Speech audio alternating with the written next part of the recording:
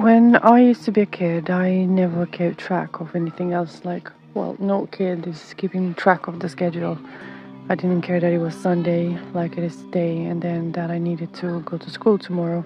I was just very much present with the play.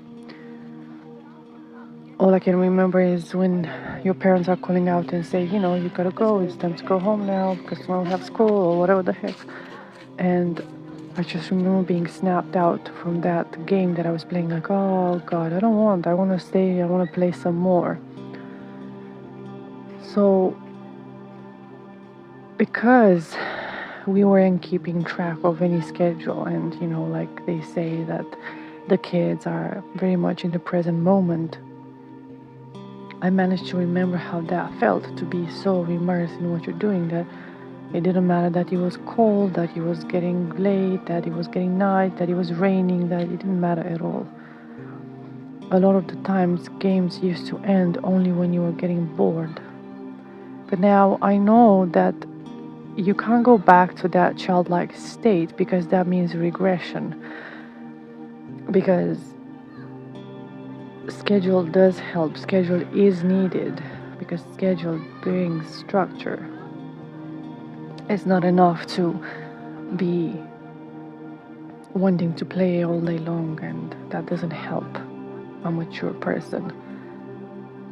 So then how do you blend the two? How do you blend the adult world with the childlike state? So I'm thinking, well, one of the ways of doing that is creating the right environment. So obviously you do have structure and schedule in place. So you are able to take on the responsibility, and the more responsibility you take on, the more you need structure and system in place so you can deal with that. Because the adult life becomes more and more complex. It doesn't mean only play and that's it. Because obviously kids do not have any responsibility, they just concern themselves with the play. But you do want to be able to tap into that presence when you do start to create. So I think the healthy way of doing this, I'm thinking it could be something, well, you do create that infrastructure that an adult life requires to withstand and hold the complexity of life, and also to be able to have and provide the right resources.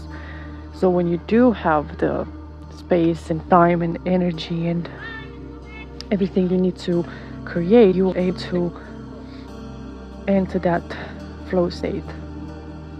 Because I guess a lot of things that we concern ourselves with are a lot of focus and stress to the basic needs of human life. But like I just said earlier, if the life of an adult becomes so complex and there's a lot of structure needed to withstand or sustain that type of complex life, then yeah.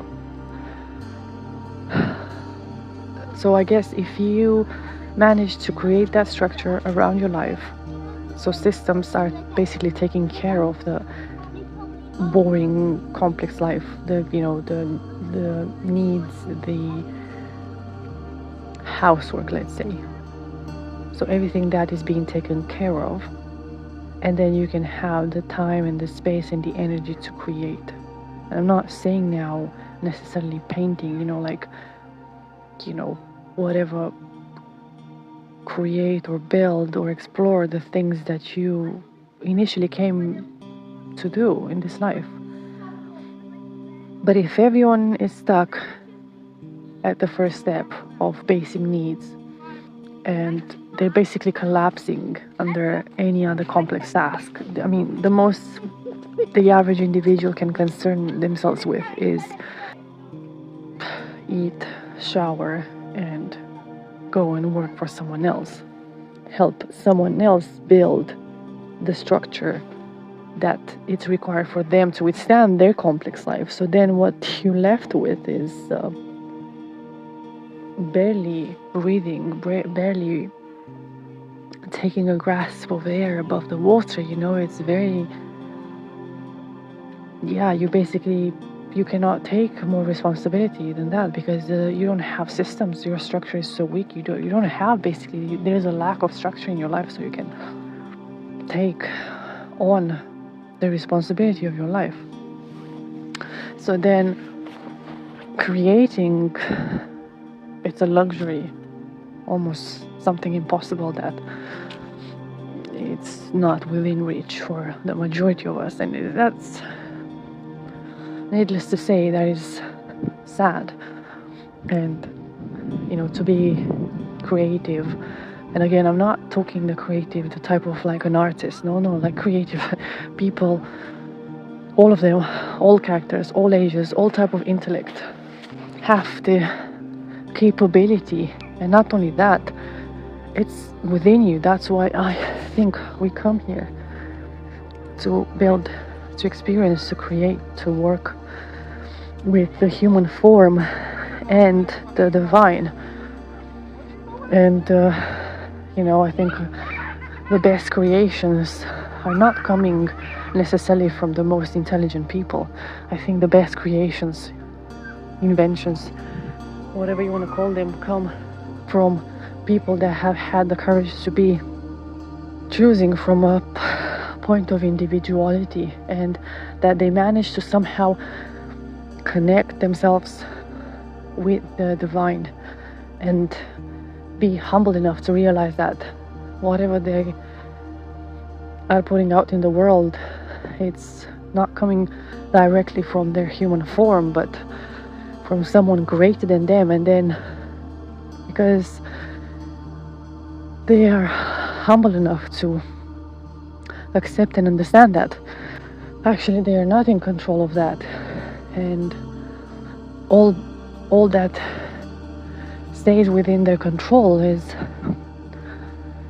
the way they react to the events and the choices they make, and then the consequences that they have no control over. So they are able to receive, and they, like I said, they have the humility and the courage to bring that divine into a format that humans can follow, or they kind of translate that into the form that humans can use. So yeah, I guess that's all.